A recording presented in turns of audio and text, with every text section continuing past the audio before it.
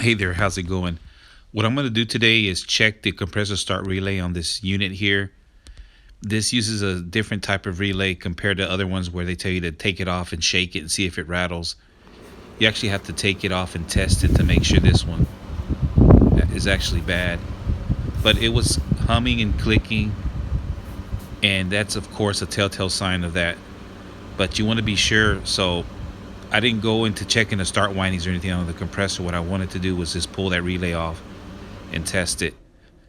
And these are the 2 points here between the start and the run windings where you want to test it, and you should have continuity there. You can shake this kind all you want and it won't make a sound. This type of relay would do that. I'm going to use it for testing purposes and also show you how you should have continuity there.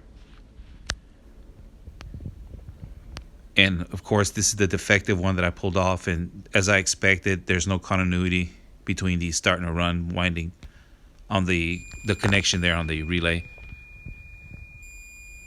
And this one, of course, is a good working one. And this is the one that I'm going to go ahead and put on the compressor to test and make sure that the compressor comes on its own power.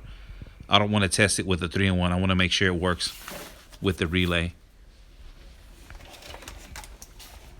So I have that line splitter there so I can put my amp meter on there and watch the current as it comes on, just to make sure the compressor is doing what it's supposed to. If I start seeing it fall below 1 amp, I'm going to start thinking there's an issue with refrigerant or something else going on there. But right now everything looks normal, and it's running and it's holding.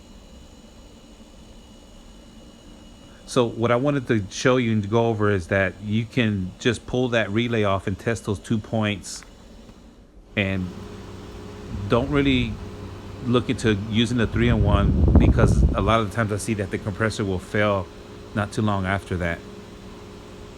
This one's been running. What I'm going to do is go and pick up the OEM relay and come back.